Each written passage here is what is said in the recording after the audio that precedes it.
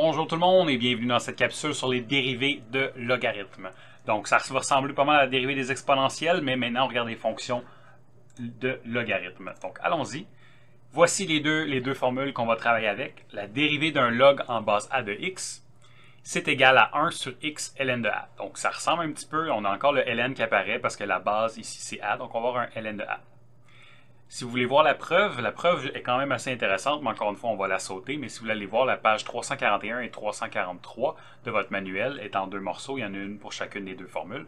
Donc, ici, c'est la formule qu'on va utiliser. Vous avez vu que la base, essentiellement, va apparaître dans le ln.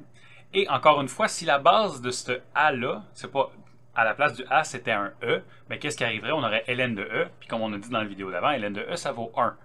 Donc, ce que ça va nous dire, c'est qu'essentiellement, si je fais la dérivée d'un log en base e, qu'on appelle ln, bien, il n'y aura pas ce petit ln-là qui va apparaître parce qu'il va valoir 1. OK?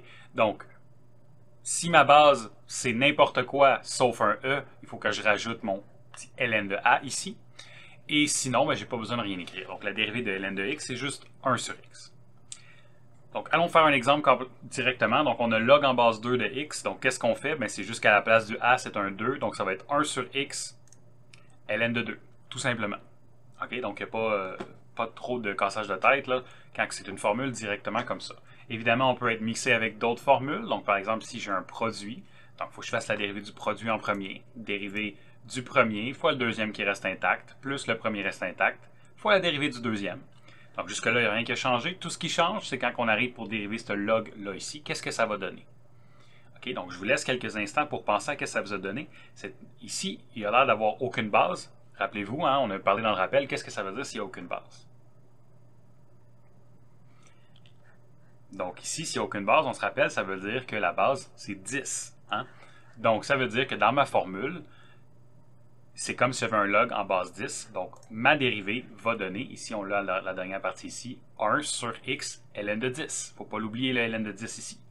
Donc, la dérivée de x3 plus 1 est devenue 3x carré. Mon log reste intact. Après ça, x3 plus 1 reste intact. Et j'ai fait la dérivée de mon log, qui, comme je viens de dire, est 1 sur x ln de la base, qui, dans ce cas-ci, est 10. Donc, j'ai réussi à tout dériver. Là, pour terminer le numéro, il faudrait s'assurer, vu qu'il y a une fraction, que ce soit juste une seule grosse fraction. Donc, il faudrait faire un dénominateur commun. Vu que mon terme ici, après le plus, il est divisé par x ln de 10, j'aimerais ça que la première partie aussi soit divisée par x ln de 10. Fait qu'il va falloir que je multiplie par ça en haut. C'est pour ça que mon x carré devient x3. Et j'ai un ln de 10 qui s'est rajouté aussi dans cette partie-là. Et là, maintenant, j'ai tout mis ça sur le même dénominateur. On regarde maintenant le c ensemble. Donc, encore une fois, j'ai un produit ici. J'ai x4 fois ln de x. Je ne peux pas juste dériver les deux et les multiplier ensemble. Il faut que j'utilise la règle du produit. Dérivée du premier fois le deuxième reste intact, plus le premier reste intact, dérivée du deuxième. Vous avez vu ici que j'ai été rapidement. La dérivée de ln de x, c'est directement 1 sur x. C'est pour ça qu'on a le 1 sur x qui apparaît ici. Ça, c'est la dérivée de mon ln de x.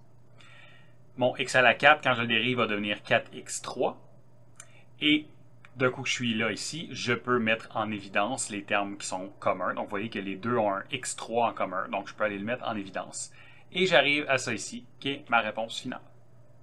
Donc ici, j'espère que ça ne va pas trop vite. C'est plus à cette étape-ci qu'il faut faire attention. Donc, qu'est-ce qu'on fait quand j'ai une fonction à l'intérieur d'un log? Encore une fois, c'est un petit peu comme l'exponentielle. L'intérieur du log, vous avez vu ici, là, je vous ai mis un exemple. Si je dérive, par exemple, ln avec un f de x à l'intérieur, qu'est-ce qui va se passer? Bien, là, ce qui est étrange, vous voyez que c'est plus x, c'est rendu f de x. Mais quand je dérive ln, ça me donne 1 sur l'intérieur de ce que j'avais. Hein, c'est ça, ln de x est égal à 1 sur x, ça veut dire ce qui est à l'intérieur du ln se ramasse au dénominateur. Mais si j'ai f de x, ça va être le même principe. Mon intérieur qui est en rouge ici va devenir, donc ça va devenir 1 sur f de x, parce que c'est plus x à l'intérieur, c'est rendu f de x. Ça, c'est l'équivalent à mon intérieur qui reste intact. Ça peut avoir l'air étrange, là, mais mon intérieur qui reste intact se ramasse au dénominateur. Et ensuite de ça, il ne faut pas que j'oublie que tout est dérivé une fois et une seule fois. Donc, à cause de ma dérivée en chaîne, j'ai dérivé ici mon extérieur avec mon intérieur qui reste intact. Il faut que je multiplie par la dérivée de mon intérieur. Donc, mon f' va apparaître ici. Des fois, on l'écrit, essentiellement, vous voyez, c'est 1 sur f fois f', mais on pourrait essentiellement multiplier nos numérateurs pour simplement donner f' sur f. Donc ça, c'est pas dans vos feuilles de formule, mais essentiellement, qu'est-ce que ça veut dire? C'est juste que j'ai utilisé cette équation-là avec la dérivée en chaîne.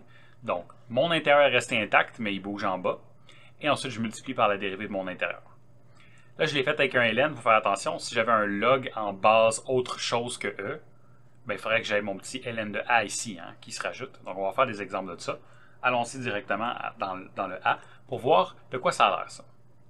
Donc, ici, on a un log en base 8 avec un intérieur qui est x3 moins 10x plutôt. Donc, mon intérieur, c'est ce que j'ai mis dans la boîte rouge ici.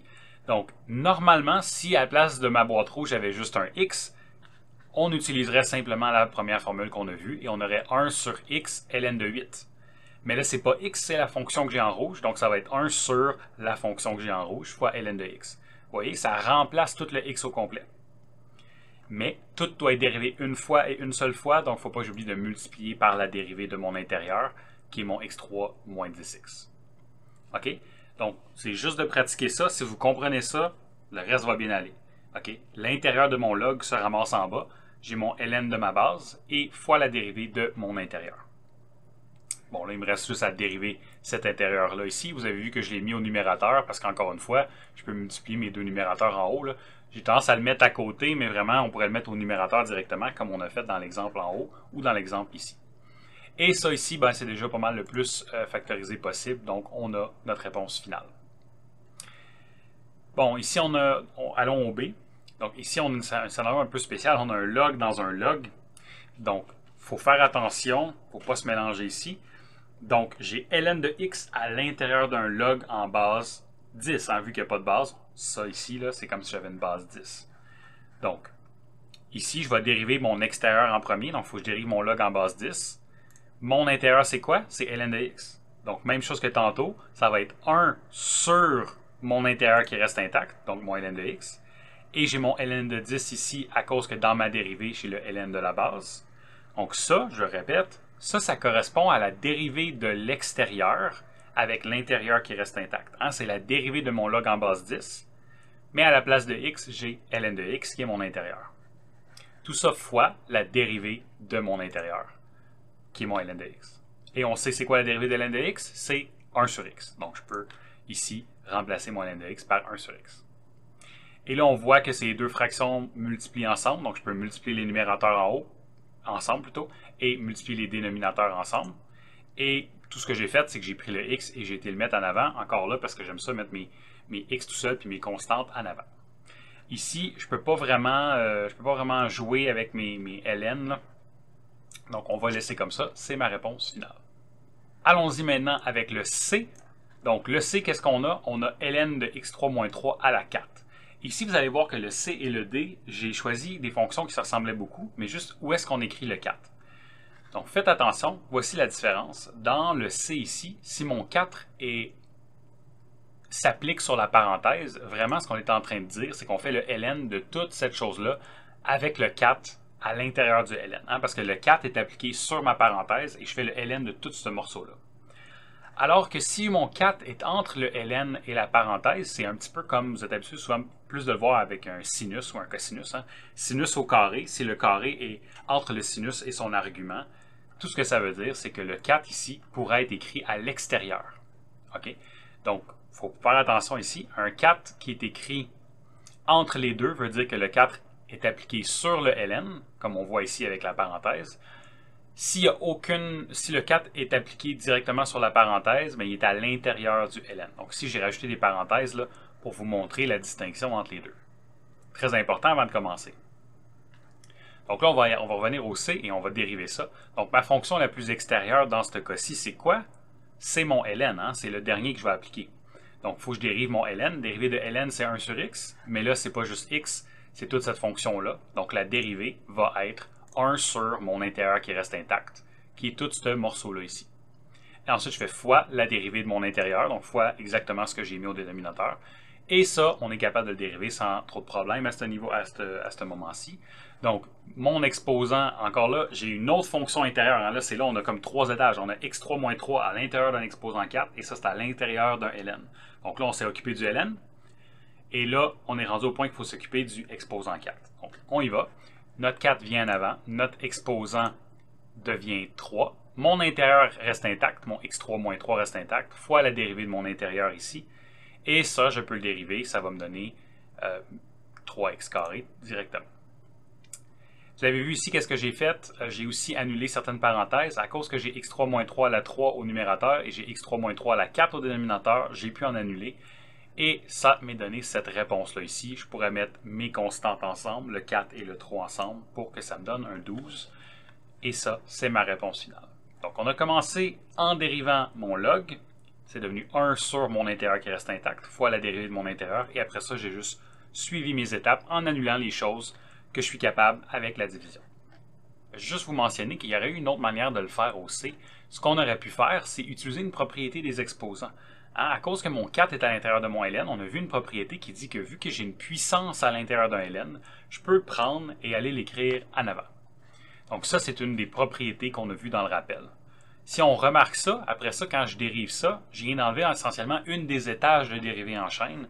Quand je dérive, je peux dériver directement mon ln, et la dérivée de ln, c'est 1 sur mon intérieur qui reste intact, donc je vais avoir en bas x3 moins 3, et fois la dérivée de mon intérieur, qui est encore là la dérivée de x3 moins 3. D'un coup que je fais ça, je peux dériver, donc ça va me donner 3x carré, et je peux mettre mon 4 et mon 3 ensemble pour me donner 12. Donc c'est un peu plus rapide, c'est pas énormément plus rapide. Ici, vous avez remarqué que ça sauve, ça sauve une étape de dérivée, ça te sauve de la simplification, ça sauve un petit peu de temps, mais bon, c'était juste une propriété qu'on a utilisée. Pour des opérations, plus qu'il y a des propriétés, plus que ça peut aider de les utiliser. Essentiellement, plus que je suis capable de simplifier avant, plus que ça va aider. Donc ici, ça nous a sauvé un petit peu de temps, mais si vous ne l'avez pas vu, ce n'est pas la fin du monde comme on l'a fait tantôt. Allons-y maintenant pour le D. Si j'ai le 4 entre le ln et la parenthèse, ça veut dire que le 4 est à l'extérieur. Hein? Je sais que j'ai déjà dit, là, mais je répète pour être certain qu'on comprenne la nuance entre le C et le D. C'est très important. Puis on va le voir dès maintenant. Lorsque je veux dériver, premièrement, je ne pourrais pas utiliser la propriété que j'ai utilisée tantôt parce que mon exposant est à l'extérieur de mon ln, pas à l'intérieur. Ensuite de ça, lorsque je vais venir le temps de dériver, ma première étape, ma première enveloppe, disons que je dois dériver, c'est mon exposant 4. C'est lui le plus extérieur. Donc, on va mettre le 4 en avant, mon exposant va devenir 3, et je vais laisser mon intérieur qui est intact, mon intérieur qui est le ln. Et je vais ensuite faire fois la dérivée de mon intérieur. Mon intérieur qui est le ln. Et là, maintenant, je peux dériver ça. Vous voyez, l'ordre est différent. Donc, ensuite, je dérive mon ln. Dérivée de ln, on sait que c'est 1 sur x, mais cette fois-ci, c'est pas x, c'est mon intérieur qui reste intact. Donc, ça va être, la première partie va être répétée, et ça va être 1 sur mon intérieur qui reste intact, fois la dérivée de mon intérieur. Ici, je l'ai mis directement au numérateur. Vous pouvez le faire, il n'y a aucun problème. Et d'un coup que je suis là, il me reste juste à dériver mon x3 moins 3, qu'on sait qui donne 3x carré. Et maintenant, ce que je peux faire, c'est que je peux regrouper mon 4 et mon 3 ensemble pour que ça me donne 12. J'ai tendance à mettre mes x en avant. Et tout ça ici, c'est ce qu'on avait. Vous avez remarqué que ma grande parenthèse ici, exposant 3, j'ai ramené le 3 puis je l'ai mis entre le ln et la parenthèse. Hein. J'ai réutilisé, si on veut, la notation qu'on avait expliqué au début. Là. Si mon exposant est à l'extérieur, je peux le mettre entre mon ln et la parenthèse pour signifier la même chose. Donc, c'est comme ça que je l'ai fait. Ça évite simplement d'écrire des parenthèses de plus. C'est un petit peu plus concis dans l'écriture. Donc, il faut juste savoir qu'est-ce que ça veut dire. Donc, ça, c'est ma réponse finale. Donc, il faut vraiment juste y aller étape par étape. Dériver de mon extérieur, mon intérieur reste intact. Il faut la dériver de mon intérieur. Et on fait juste ça en chaîne, dériver en chaîne. Hein. C'est pour ça que ça s'appelle comme ça. Donc, j'espère que ça, c'est clair. La dérivée d'un log, la dérivée d'un ln, c'est d'utiliser la formule, mais quand le x n'est pas simplement x, mais plutôt une fonction, il va remplacer mon x dans ma dérivée. Il va falloir que je multiplie par la dérivée de mon intérieur. On peut en faire encore quelques-uns. Donc, encore là, je vous suggère de prendre le temps, faites pause, essayez-le, c'est des bons exercices. Donc, c'est une bonne manière de vous pratiquer si vous pensez que vous êtes rendu là, parce que comme ça, moi, je vous réexplique. Donc, si vous avez bloqué, ça vous permet de vous débloquer avec des explications. Donc, allons-y avec le P ici. Donc, premièrement, on a une racine. C'est une bonne idée de l'écrire sous forme de chiffres. Donc, ça correspond à ça ici. Ça, on l'a déjà vu. On sait déjà comment faire ça. Ensuite de ça, ce qu'on peut faire, c'est qu'on peut maintenant faire la dérivation. La dérivation, qu'est-ce que c'est? Mon 1/2, c'est ma fonction la plus extérieure, donc mon 1/2 va venir en avant. Mon exposant va descendre de 1, donc il va devenir moins 1/2. Et mon intérieur, qui est ce que j'ai mis en rouge ici, va rester intact. Et je vais faire la multiplication, je vais multiplier par la dérivée de mon intérieur. Donc mon intérieur, qui est la partie en rouge, est resté intact, et après je l'ai dérivé. Et là maintenant, je suis prêt à dériver cette partie-là de mon équation. Donc la dérivée de ln de x, on sait que c'est 1 sur x, et la dérivée de x tout seul, c'est 1, donc on arrive à cette parenthèse-là ici. On a réussi à dériver ici. Tout ce qu'il nous reste à faire, c'est faire peut-être un dénominateur commun. Donc allons-y. Donc ici, j'ai répété la même chose que ce qu'on avait. J'ai juste réécrit le 1/2 en racine. Si vous l'avez laissé en 1/2, il n'y a pas de problème. Et l'autre partie, tout ce que j'ai fait, c'est que j'ai fait un dénominateur commun pour que ça soit divisé par x. Et finalement, donc ça serait totalement acceptable comme réponse. Moi, ce que je vais faire, c'est que je vais juste tout les regrouper. Encore là, vu que c'est juste un produit de deux fractions, je vais tout mettre ensemble. Donc, je vais multiplier mes numérateurs ensemble plutôt, et multiplier mes dénominateurs ensemble. Ce qui va me donner ça ici. Comme j'ai dit, j'ai tendance à mettre mes constantes et mes x en avant. C'est pour ça que j'ai été le mettre en avant de la racine. Mais ça va être ma réponse finale. Faites attention ici, vous ne pouvez pas sortir un x en commun entre les deux. Le x est à l'intérieur du ln, il est pris là, on ne peut pas le sortir. Donc, on est maintenant prêt à faire le f ici. Donc, le f, c'est un log en base 2. Et dans mon intérieur, j'ai une fraction. Ce que j'ai mis en rouge, c'est mon intérieur ici. Donc là, ce qui est bizarre, c'est que normalement, la dérivée de log en base 2, c'est 1 sur x ln de 2. Mais là, à la place du x, j'ai une fraction. Il ne faut pas que ça vous mélange. C'est effectivement ça qui va arriver. Donc, 1 divisé sur, mais à la place du x, c'est la fraction que j'ai en rouge, ln de 2. Et je dois multiplier par la dérivée de mon intérieur. Donc, c'est pour ça que je vois ça ici, encore là, mon intérieur qui est dérivé. Qu'est-ce qui va arriver? Bien, vu que j'ai une division d'une fraction, diviser par une fraction, c'est comme multiplier par son inverse. Donc, ce qu'on peut faire, c'est qu'on peut changer les deux de bord. Essentiellement, mon x plus 1 reste en bas et mon x moins 1 va monter en haut, parce qu'il va changer d'étage. Donc, c'est comme diviser par 1/2, c'est multiplier par 2. Donc, c'est une division de fraction devient une multiplication de son inverse. Et ensuite de ça, ce qui me reste à faire, c'est dériver ça ici. Mais ça, c'est un quotient. Donc, pour faire la dérivée du numérateur fois le dénominateur qui reste intact, moins le numérateur qui reste intact, dérivée du dénominateur sur le dénominateur au carré. Ça devient répétitif un petit peu. Là. Je sais que j'y répète souvent, mais je veux que ça rentre dans la tête. Donc, ça, c'est des formules que vous savez, que vous avez sur votre feuille de formule. D'un coup qu'on est là, j'ai juste la dérivée de x plus 1 à faire et la dérivée de x moins 1 à faire qui me reste. Les deux donnent 1 comme dérivée. Donc, la ligne suivante va devenir ça ici lorsque je fais mes dérivées. Ensuite de ça, il me reste juste simplification à faire. Vous pouvez voir que mon numérateur ici, c'est x moins 1 moins x plus 1. Il y a des choses qui vont s'annuler, donc il faut juste se débarrasser de nos parenthèses ici. Et vous allez voir qu'essentiellement, ça ici va donner moins 2. Et pourquoi que lui est disparu? Parce que j'avais x moins 1 ici et j'avais x moins 1 au carré en bas à droite. Vu que c'est multiplié, ça aurait pu être une grande barre ici, là. À cet endroit-là, ça aurait pu être une grande barre. Donc, j'ai pu annuler les choses ensemble. C'est pour ça qu'il m'en reste seulement un en bas. Et ça, c'est ma réponse. Donc, vous voyez, c'est vraiment là, passer à travers les équations. Il faut être méthodique, mais ça devrait bien aller. Donc, je veux parler ici d'une autre manière de faire le F. Donc, juste rapidement, comment on pourrait faire le F autrement. Peut-être que vous y avez pensé, donc tant mieux si vous y avez pensé. Sinon, c'est une bonne idée de se poser la question. Je vous l'avais dit dans le rappel, on a les propriétés des logs qui peuvent être utiles pour simplifier les choses avant de se mettre à dériver. Par exemple, si on utilise la propriété des exposants, j'aurais dû dire propriété des logs, j'ai marqué des exposants, mais propriété des logs.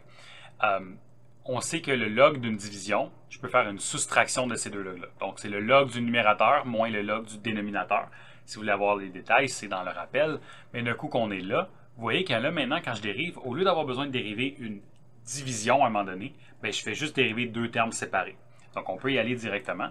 La dérivée du premier ici, c'est 1 sur l'intérieur qui reste intact, ln de 2, fois la dérivée de l'intérieur, mais la dérivée de l'intérieur, c'est juste 1. Donc, je n'ai pas vraiment besoin ici de l'écrire. Même chose pour l'autre après. Pour l'autre après ici, vous voyez que j'ai la dérivée de log en base 2. Donc, ça va être 1 sur l'intérieur qui reste intact. Ici, c'est x moins 1. Avec mon ln de 2 à cause de la dérivée que vous avez ici en haut. Il ne faut pas oublier de faire ln de la base. Et encore une fois, ma dérivée est 1. Donc, je n'ai pas besoin au numérateur, ça va juste rester 1. Et là maintenant, si je voulais arriver à la même réponse, la même forme, il faudrait juste que je fasse un dénominateur commun. Donc, vous faites juste faire votre dénominateur commun et ça va arriver à la même réponse. Donc, les deux méthodes arrivent à la même chose. C'est à votre discrétion de voir ce que vous voulez faire. Comme vous avez vu, encore là, ce n'est pas excessivement plus court. Il y a quand même un dénominateur à faire, mais plus que la fonction est compliquée, plus que faire cette simplification-là vont nous sauver du temps. Faisons un petit exemple ici qui parle un peu de fonction. Donc, on demande de déterminer l'équation de la tangente à la courbe lorsque x est égal à 1. Donc là, on ne veut pas juste à quel moment la dérivée est égale à 0, mettons. On veut savoir c'est quoi l'équation de la tangente. L'équation veut dire, vu qu'une tangente, c'est une droite, l'équation veut dire y est égal à x plus b. On veut trouver y est égal à x plus b. Essentiellement, il faut le a et il faut le b. Il faut la pente et il faut l'ordonner à l'origine. Qu'est-ce que ça veut dire? Là, j'ai mis un dessin d'un graphique d'une fonction qui n'a aucun rapport avec mon g. Okay, je sais clair, ça n'a aucun rapport. C'est juste pour expliquer un petit peu comment trouver l'équation d'une tangente. On l'a déjà fait, mais je le réexplique ici. Ça fait peut-être un petit peu longtemps. Donc ici, qu'est-ce qu'on fait? Je vous demande essentiellement de trouver, mettons, l'équation de la tangente qui passe par le point rouge qui est ici. Bien, la tangente va avoir l'air de ça ici. Fait que vu que je veux l'équation, je veux la pente de ça et je veux l'ordonner à l'origine de ça, de cette droite-là. C'est ça l'équation de la tangente que je cherche. Lorsque x est égal à 1. OK? Donc, on sait ici que le a, c'est la pente de cette tangente-là. Donc, une tangente, ça a la même pente que la fonction à cet endroit-là et ça passe par le point aussi. OK? Donc, ce que je peux faire pour aller chercher la pente de ça, bien, ça va être la pente de la fonction elle-même. Donc, je peux faire g', puis après ça, rentrer 1 à l'intérieur, ça va me donner la pente de cette tangente-là. Parce que c'est ça la dérivée, c'est la pente de la tangente. Donc, il faut dériver g' et en rentrant 1 à l'intérieur, ça va me donner le a. Donc, allons-y. Il faut que je dérive ça. Donc, ce que je vais faire ici, il y a plusieurs manières de faire. On pourrait dériver ça directement puis faire un quotient. Moi, ce que j'ai décidé de faire, c'est de faire ma division. Donc, j'ai fait 6x divisé par 3x et ln de x divisé par 3x. Ce que ça a comme effet, c'est que mon 6x divisé par 3x est devenu 2. C'est pour ça que je l'ai fait. Je me suis rendu compte que ça allait donner une constante. Quand j'allais le dériver, il allait juste partir. Si vous ne l'avez pas fait, ça ne va pas changer. À la fin, vous allez avoir la même réponse. Il va peut-être avoir un petit peu plus d'algèbre à faire. Mais moi, quand je dérive ça, mon 2 va disparaître. Par contre, j'ai quand même un quotient à faire ici. Donc, j'ai mis le 2 est disparu. Mon négatif, j'ai été le mettre en avant parce que c'est juste une constante. Et je suis allé directement comme ça. J'aurais pu sortir le 3 aussi, là, mettre moins un tiers en avant, puis pas m'inquiéter avec le 3. Ça aurait peut-être été une bonne idée, à vrai dire. Là. Mais je suis allé directement comme ça ici. Donc, la dérivée du numérateur fois le dénominateur qui reste intact, moins le numérateur qui reste intact fois la dérivée du dénominateur, tout ça sur le dénominateur au carré. Faites attention, le carré affecte aussi la constante. Donc, dérivée de ln de x, c'est quoi? Dérivée de ln de x, on a dans la formule ici en haut, on a que c'est 1 sur x. Donc ça va être remplacé par 1 sur x. Et la dérivée de 3x, c'est 3. Donc tout simplement, j'arrive à ça ici. Donc la dérivée de ln de x, c'est 1 sur x et la dérivée de 3x, c'est 3. D'un coup que je suis là, je peux voir que j'ai un x qui peut s'annuler avec le x qui est ici. Donc, j'arrive à ça ici. Et je peux mettre un 3 en évidence. À vrai dire, ici, probablement, j'ai distribué mon négatif, juste pour ne pas avoir des signes qui ne servent à rien. Donc, ça m'a donné cette expression-là ici. Et après ça, je vais mettre un 3 en évidence et je peux voir qu'il va pouvoir être annulé avec un des 3 qu'il y a en bas. Ce qui va me donner ça comme réponse finale. Donc, la petite annulation du 3 à la fin, là, si j'avais mis mon 1 tiers en évidence, je n'aurais pas eu besoin de faire ça, fait que ça m'aurait sauvé une petite étape. Là. Mais sinon, de toute façon, vous devriez arriver à cette équation-là. Donc, ce qui est ici une chose importante, c'est que ça, c'est pas la pente de la tangente. Ça, c'est la pente de la tangente en x. Moi, je veux la pente de la tangente en x est égal à 1. Donc, ça, c'est pas mon a. Okay? Pour avoir mon a, il faut que je rentre 1 à l'intérieur. Il faut que je fasse g' de 1. Donc, je rentre 1 à l'intérieur de cette dérivée-là. Et ça me donne moins 1 tiers. Ce qui veut dire que mon équation ici, là, mon ax plus b, mon a, c'est moins 1 tiers. Donc, à ce moment-ci, je sais que y est égal à moins x tiers plus b. Il me reste mon b à aller chercher. Comment on fait pour trouver b? Bien, on sait que la tangente, ici, l'équation qu'on cherche, cette tangente-là, cette droite-là, elle a la même pente que la fonction, on vient de le faire, mais elle passe aussi par le point ici. Puis le point fait partie aussi de la fonction. Donc, je peux aller trouver c'est quoi la coordonnée de ce point-là. Et ça va être à x est égal à 1, puis la valeur de y, ça va être g de 1, qui est la fonction à cet endroit-là. Donc, je peux calculer g de 1. Je le rentre 1 à l'intérieur de ma fonction de départ. Ça me donne la valeur du y. Et ça vaut 2. Ce qui veut dire que la tangente passe par le point 1, 2. 1 en x, 2 en y. Je le rentre à l'intérieur de ma tangente ici, parce que ça, c'est un point de la fonction, mais c'est aussi un point de la tangente. C'est le point en commun. C'est pour ça que j'ai fait l'esquisse ici, pour vous montrer que ce point-là est en commun entre les deux. Donc, je le rentre à l'intérieur de ma fonction. Et pour que ça soit vrai, je peux résoudre pour mon b. Et avec un petit peu de travail ici, là, juste dénominateur commun pour être capable de faire mon addition, je vais trouver que b est égal à 7 tiers. Donc, je peux conclure que mon équation de ma quadratique, c'est y est égal à moins x tiers, à cause qu'on a trouvé la bonne pente, et plus 7 tiers pour que ça passe par le point. Donc ça, c'est l'équation de ma tangente à la courbe x est égal à 1. Donc c'est tout pour la dérivée des logarithmes. Comme vous voyez, on rajoute des formules, on fait de la pratique là-dedans. Donc souvent, je vais pratiquer la formule tout seul, après ça en composant avec des fonctions, puis après ça peut-être une mise en situation.